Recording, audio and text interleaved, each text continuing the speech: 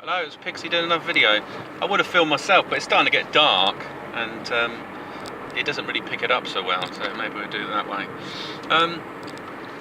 Yeah, so I did some Raja Yoga, the meditation today. I guess really I'm starting to learn some stuff, and it's only by practice. That's really it, practicing with the heart and then meditating. That's the main key of it, and it's the subtle sensations. It's all about the feeling, but not a forced thing, just relaxed. Because I guess the heart is automated, it does its own thing. You have some influence over it, but it's always there, so you've got to just gently touch it. And so I realised for some forms of healing, now your heart becomes like your mind's tunneled visions. So you're obsessed and focused on one thing, but if you're not getting the energy back, you tend to feel it drains your energy and stuff like that. And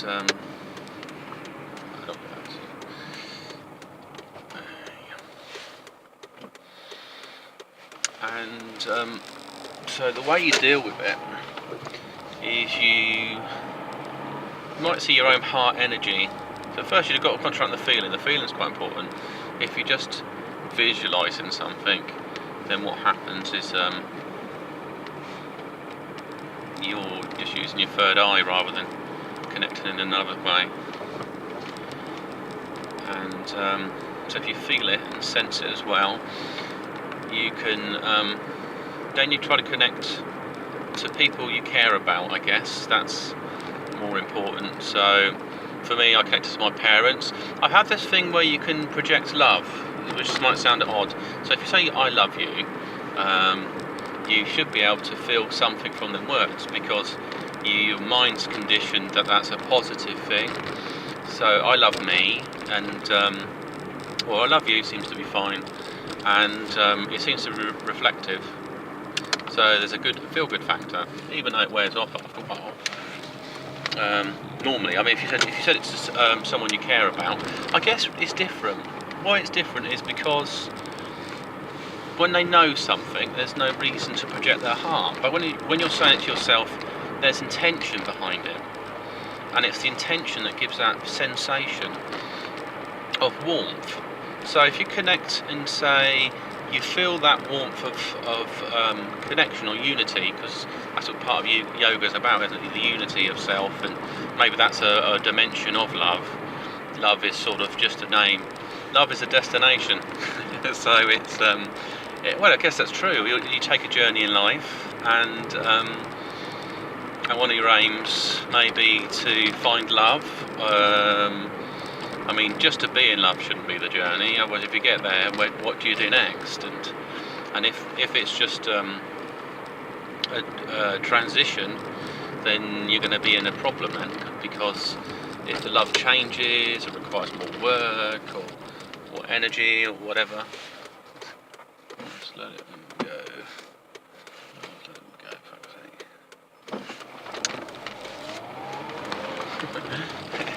There's yeah, just lots of traffic then. It's a bit of an odd one there. Yeah, so sorry if I swore then. And so it's I'm just thinking back what I'm exactly talking about. So yeah, so sort of love, we think what that is, and there's a unity. I mean, there's a love that keeps you alive. Really, you want to be. And you want to experience, and there's things that make you feel good in life that you're drawn towards, and there's things that you kind of repulsed by or you're not so drawn to, and you work through them, and then you feel a sense of achievement. So you feel there's a positive another thing. It's like a flip side. You've dealt with something, and so you can feel good, like work. You know, not everybody wants to work all the time, but it gives you purpose, and it gives you self-determination, and it projects you in a more positive reality and makes you progress in yourself, which is important. So I found that, so you got what you call, let's give it a name, let's call it narrow sight, and it's what you do emotionally. So it's an emotional narrow sight.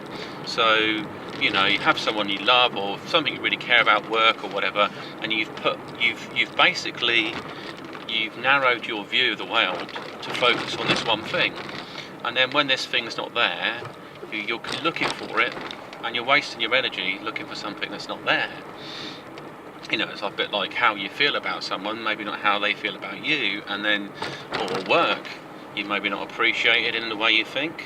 You may feel that you're making a big difference and enjoying yourself, but to the work, it may be not the same way they look at you. They might say, well, we've got plenty of this type of person, he's not really, as kind of valuable as he sees himself. So it's just a very difficult one. So really the focus is not to concentrate, well, it's to open the view.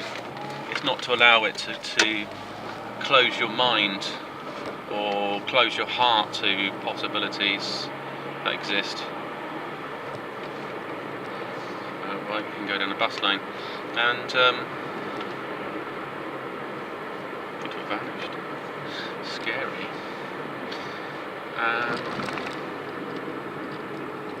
Let's slow down slowly. Well, I'm going to come across you, am I? What the hell? So the motorbike was just going on along my side, and I couldn't see it. Now I'm stuck right behind some traffic. Because if I came over, I'd have fucking taken him out. And he was just driving along my blind spot. Don't know what's going on there. Who knows? So we'll see. We've gone into a bit of love. We've got about feelings and how to heal. So for me, going to this group helps. Meeting new people is great. And then if this technique I've started to develop, which is connecting to the people that care, and then what you do is you get so you got that, like I mentioned, if you love yourself, or just feel that energy from that word love in yourself. This is annoying. All sorts of odd things going on today on the road. I think my like I'm a pretty sharp looker. I get distracted by driving. Can you believe it? No, that's fine. So you understand the love and how that makes you feel, and then you're connected to other people like your parents and things. You just see them, so you have the sensation of this warm feeling, and then you connect with them by seeing them in your mind, and then you kind of connect to their heart space, and then if you should feel something warm back. But if it's someone that doesn't like you, you might feel there's nothing, there's no sensation. So I had that. I tried to reach out. So could I reach out emotionally, and there was nothing there. So you realise there's no connection. So it kind of reinforces the fact that if something's dead emotionally, don't force a connection with someone. I don't know. I think it does actually. You can connect to people that passed away as well. So I just connected to sort of like my grandmother, just thought about her, and you can feel this energy come back from your heart. So maybe it's something I have. I don't think it's just linked to myself. I'm sure other people have that ability as well.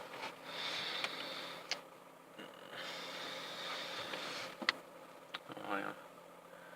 So yeah, cool. And I found that kind of healing. I realised you can connect. So as a kind of feel-good factor, connecting to multiple people.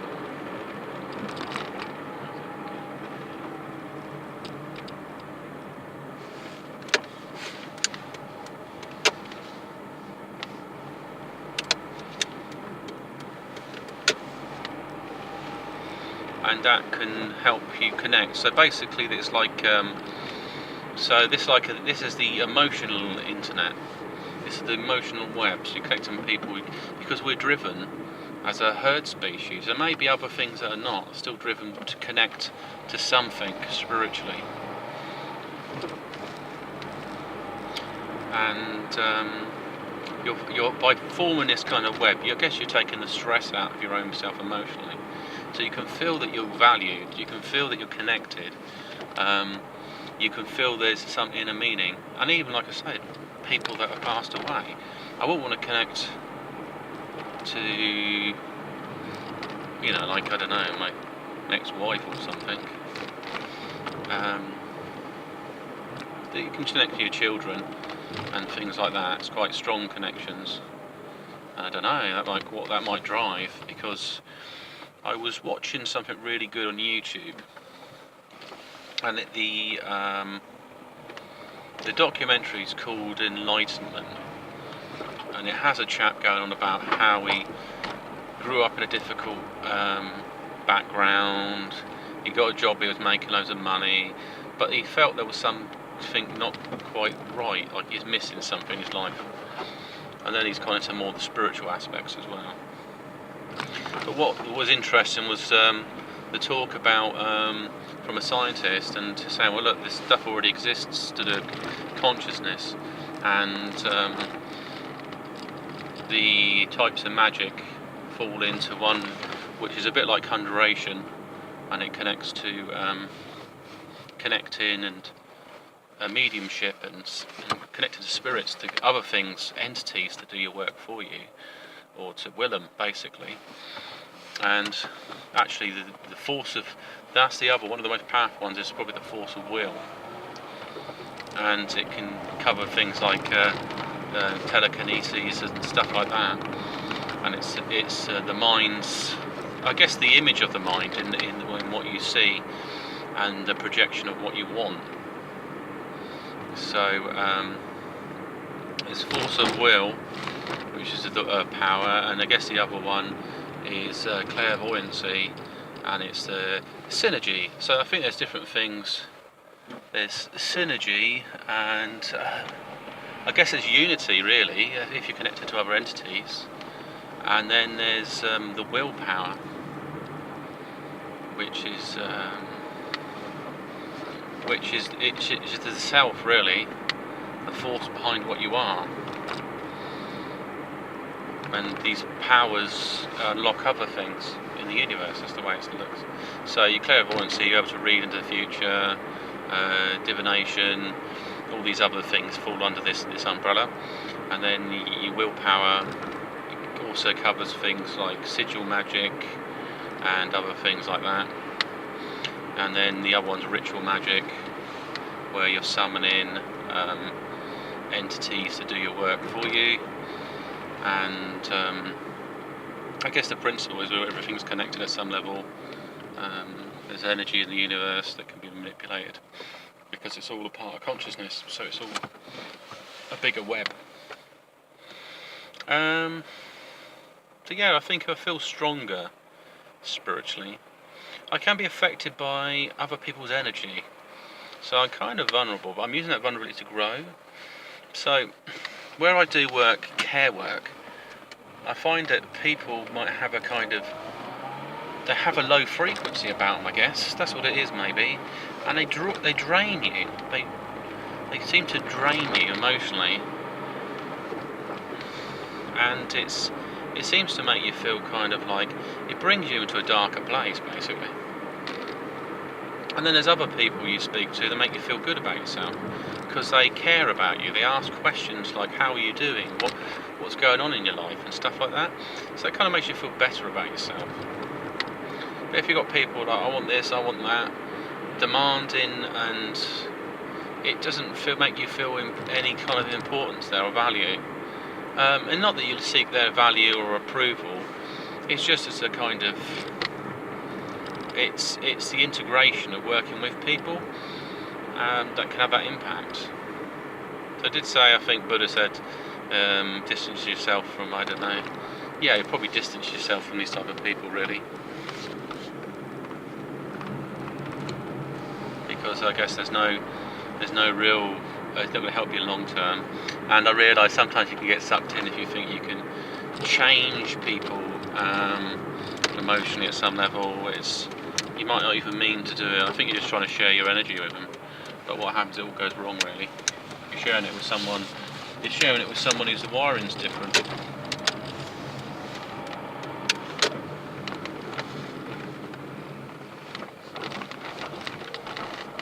So they're only drawn into themselves, or they're caught in an experience.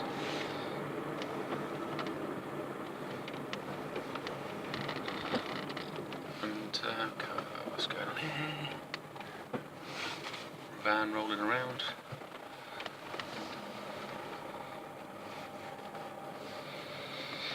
So yeah, I think the mastery will increase.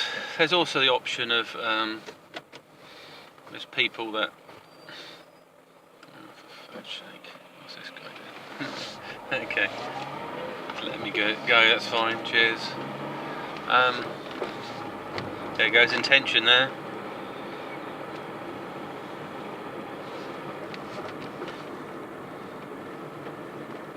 But I think it's just a weird night tonight. You know, like somebody crossing the road, he's dressed in black, and you can't hardly see him.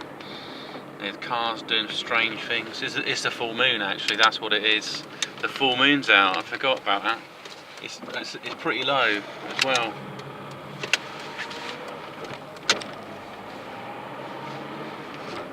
So it's pulling out all sorts of people's out into the world, and give them strange behaviour, magnetic effect on the brain. So anything else worth talking about? So yeah, that documentary is very good, and it gives you an idea of where you're at with that kind of stuff. Because otherwise you hear about these different types of magic, rituals, beliefs, all this sorts of stuff, but you need to understand what makes it tangible. And then you've got the bigger questions, the bigger things you've got to deal with, like how does that work? Are we in the mind of the universe, through the mind of God? I think the idea is if we were just like a neuron, let's say it's all like a broken puzzle, and when we wake up, will we exist anymore? What will happen outside of that? It's a kind of merging of consciousness. It's sort of building up in strength, consciousness. Or is there a kind of war of consciousness, where there's one force trying to keep, because maybe that's the threat of losing self and merging into one. So that's the idea of dividing people, because while they're divided, they lack unity, don't they? And separated, they're just individuals. There's people that seek power as an individual.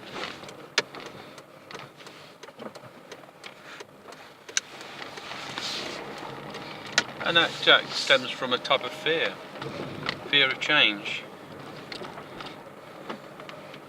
I don't think much changes really, but it's being somewhere we've never been before. That's the fear of like if we develop our consciousness, and that say we lose the need, say we didn't need to eat anymore or something, to draw in energy, how would that change the whole world? If you didn't need to eat anymore, all these businesses would go shut overnight, and would it really matter? And then what about the animals? We wouldn't need to kill them anymore, right? We wouldn't need to farm anymore, just draw off energy off the sun.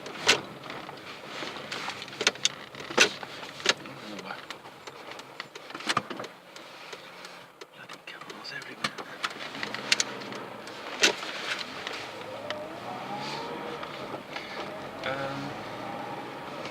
So yeah, this was a deeper level. So going back to the meditation group stuff, I mean, it is a worldwide thing. So there's like retreats and places you can go to. God knows, they don't charge money, but they must make money somehow. Because if there's big, large retreats that thousands of people turn up to, they've got to maintain these buildings. Not unless it's people are so kind of into the spiritual stuff that they've